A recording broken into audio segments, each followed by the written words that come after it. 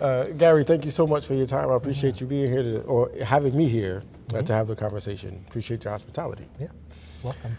Thank you.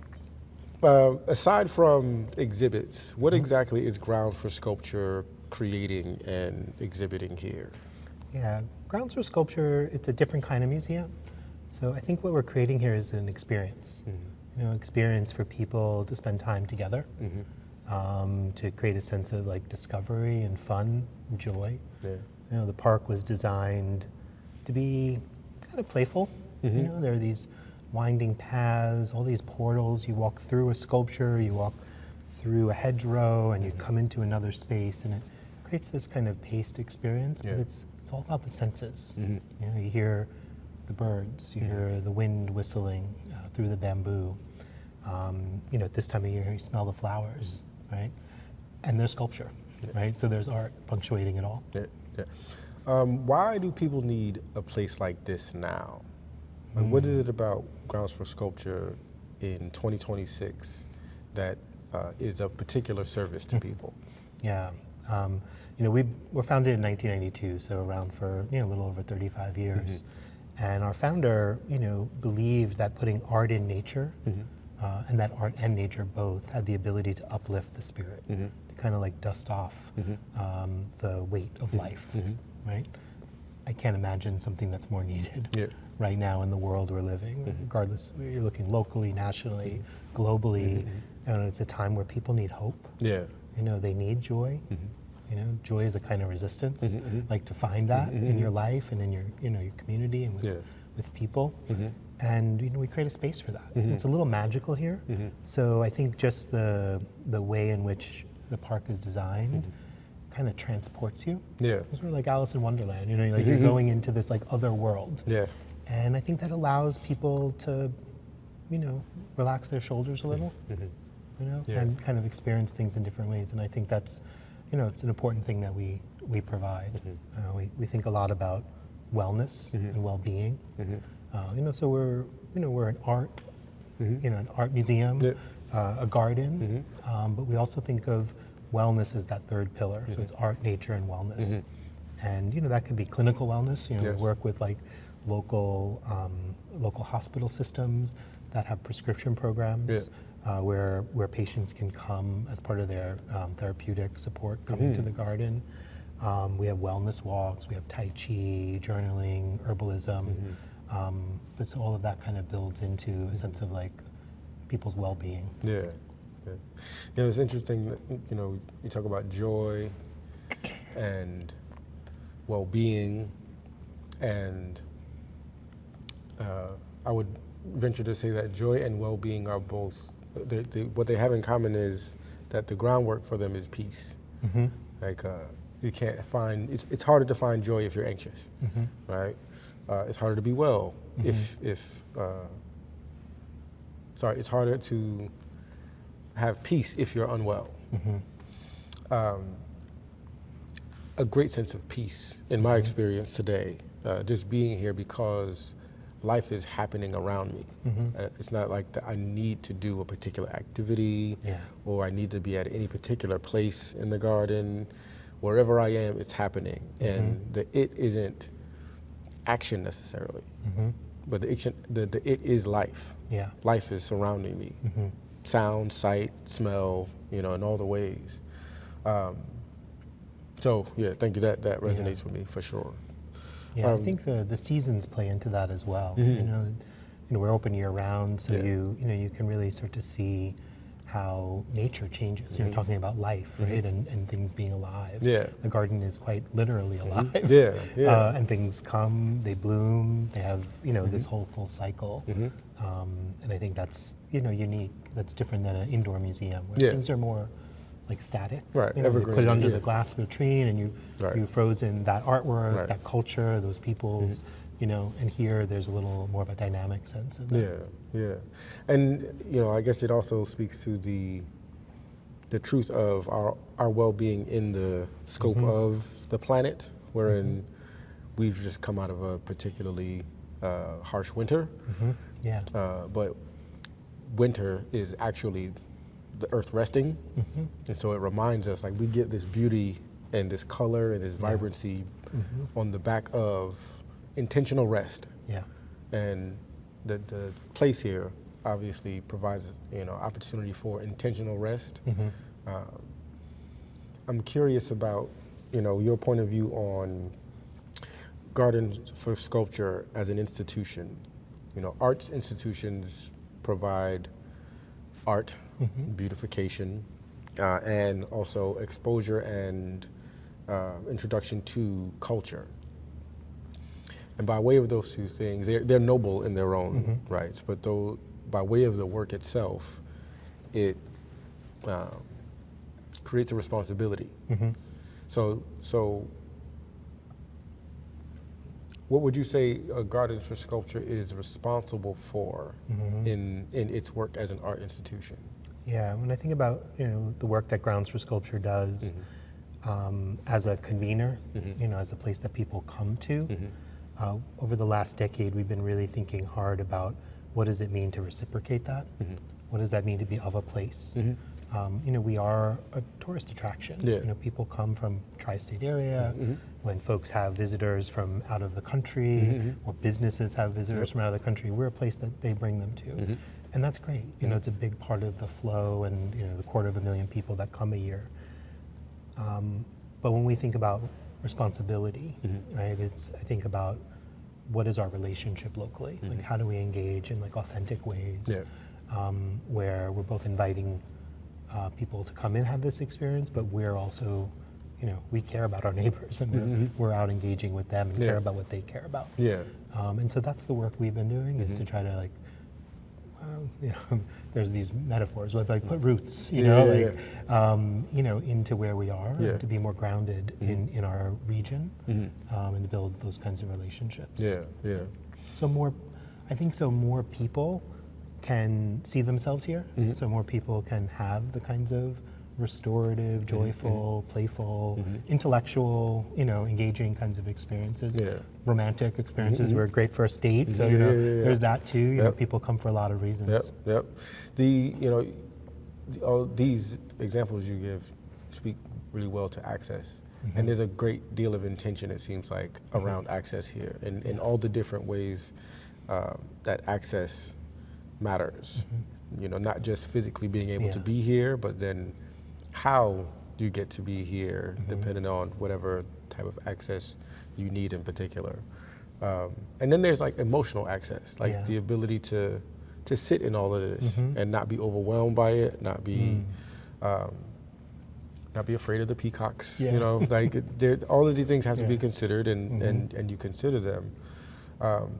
Can you talk to me a little bit about the various ways where access is at the forefront of your considerations? Yeah, I think it's a founding value. It's part of what attracted me here as the executive director 12 years ago. Our founder, Seward Johnson, was a Johnson & Johnson era, who came from a very privileged life. But his own artwork is quite generous.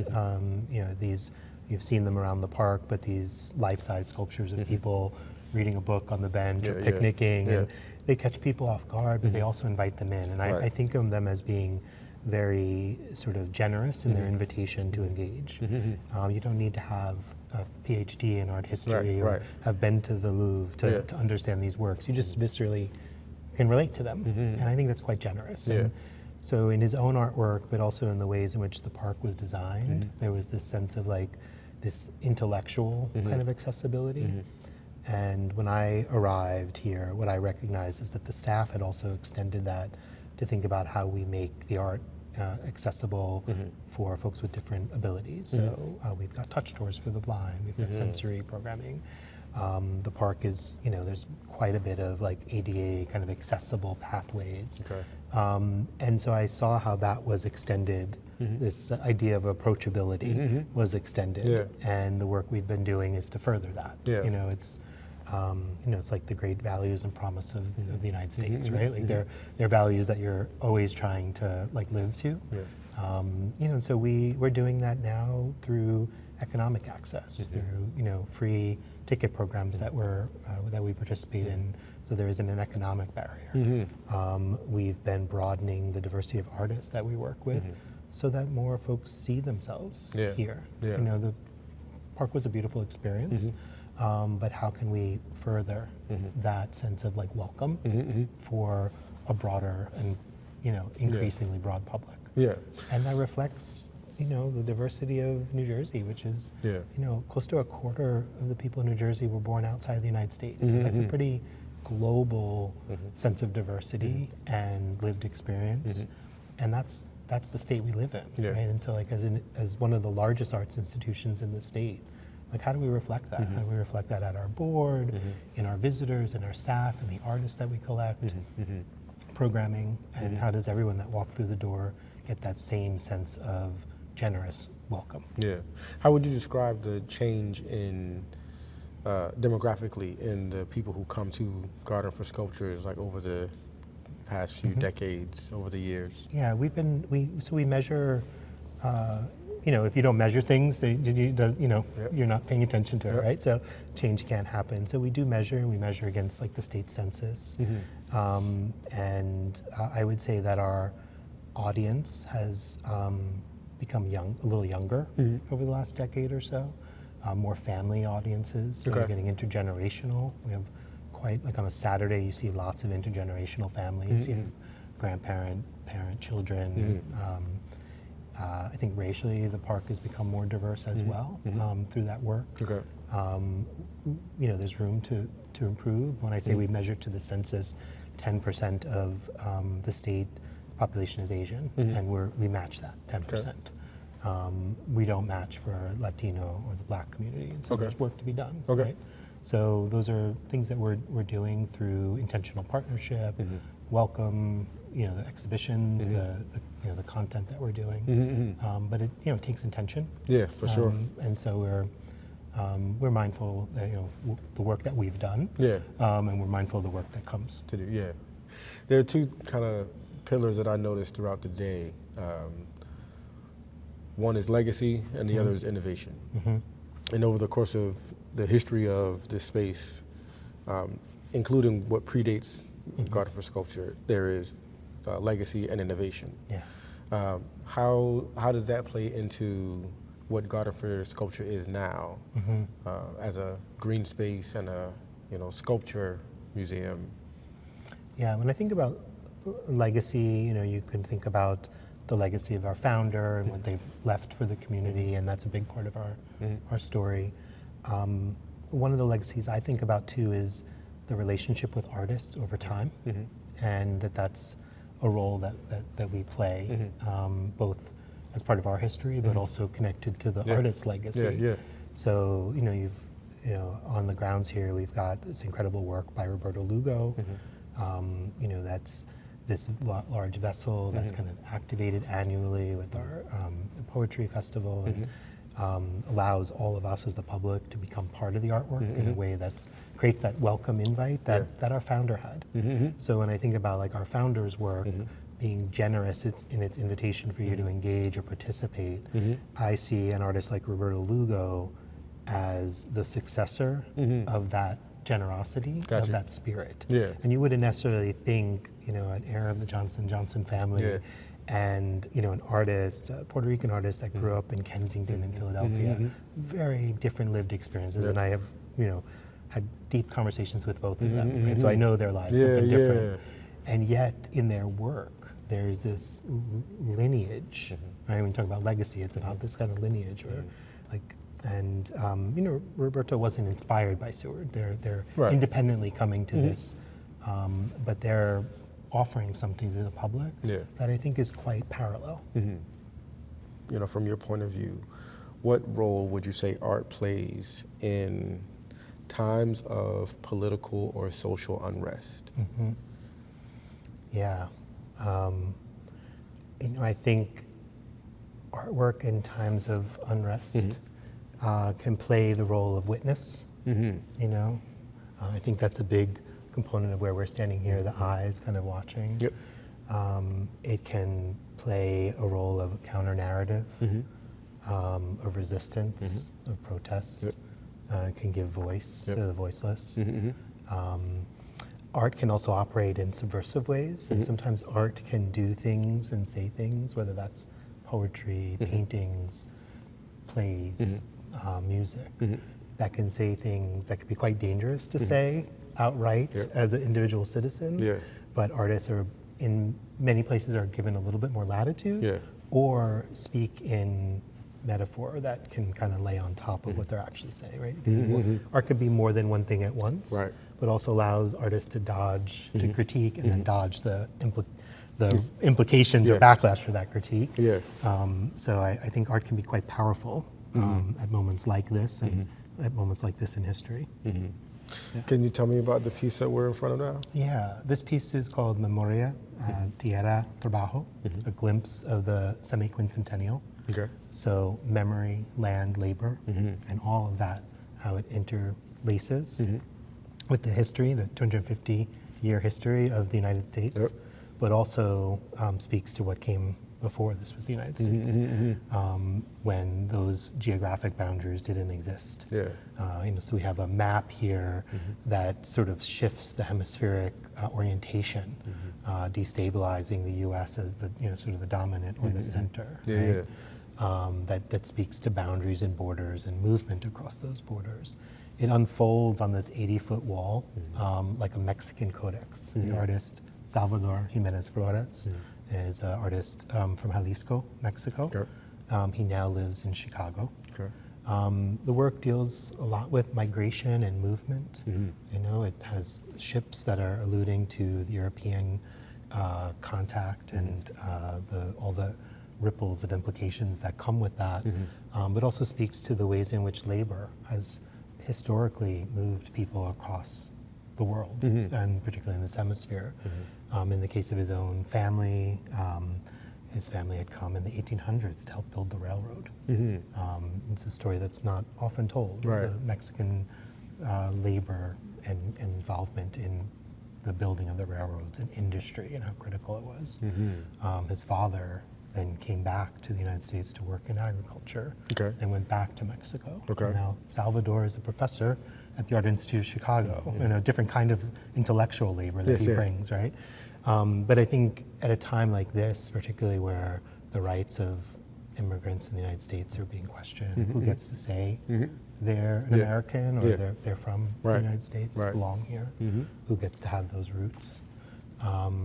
I think this work is contending with that. It's challenging that, but it's also asking us to take a little bit of a broader view. That the Mexican community and the indigenous community was here before this was the United States, and that movement has been generational. It's not a new thing. This sort of challenge of the border and like immigration and deportation, violent deportation, but like this is something Salvador asked us to take a bigger lens, and I think this work, in its scale and in the complexities of symbols, asked us to meditate on that.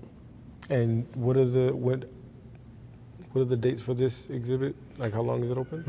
We do long exhibitions here, so this will be up for 2 years. It opened last summer, and it closes in the summer of 2027. Okay. Yeah, so we tend to invest in artists and give them space and the trust for an artist like Salvador to be able to do a work like this, that be able to respond to the moment.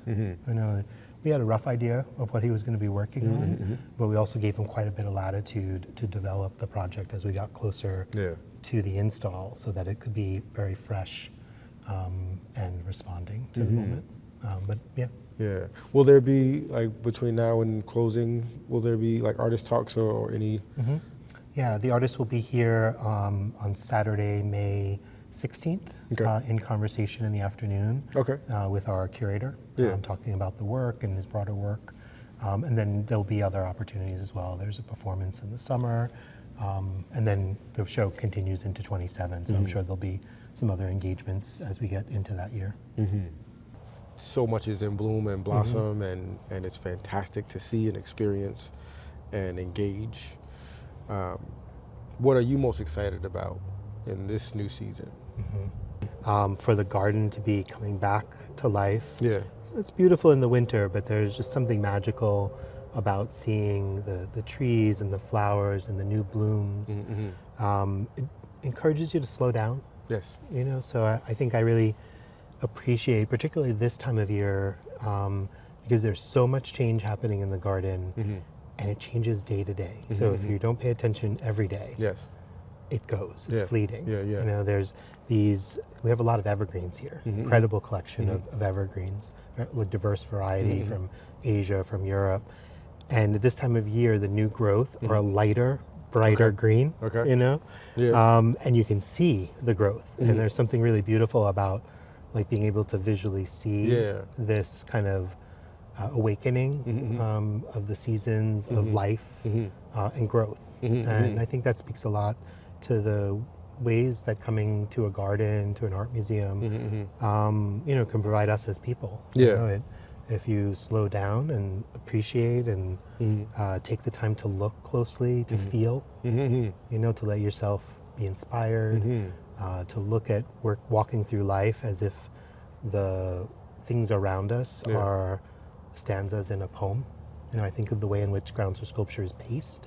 It's like you're walking through poetry. Got you. Yeah. Yeah. And this is the time of year where that all comes back to life for us. So if somebody's coming here for the first time or hasn't been here for a long time, Yeah. what are some of the like some of the highlights and treats that they would experience now in a visit, and how long could that visit be? You know, I think people tend to come for 2 or 3 hours. Okay. The park is 42 acres, Yeah. but because of all the winding paths, you can spend quite a bit of time and still not see it all.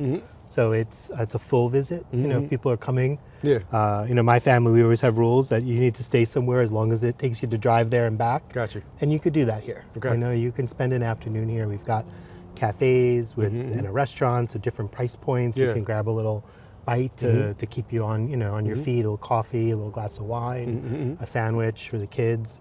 So you can really extend your visit. Yeah. As we get into the summer season, we have late hours. So if you want to beat the heat, Yeah. you could come, you know, later in the afternoon on a Saturday in the summer. I really look forward to July when our sacred lotus are in bloom. It's a beautiful flower.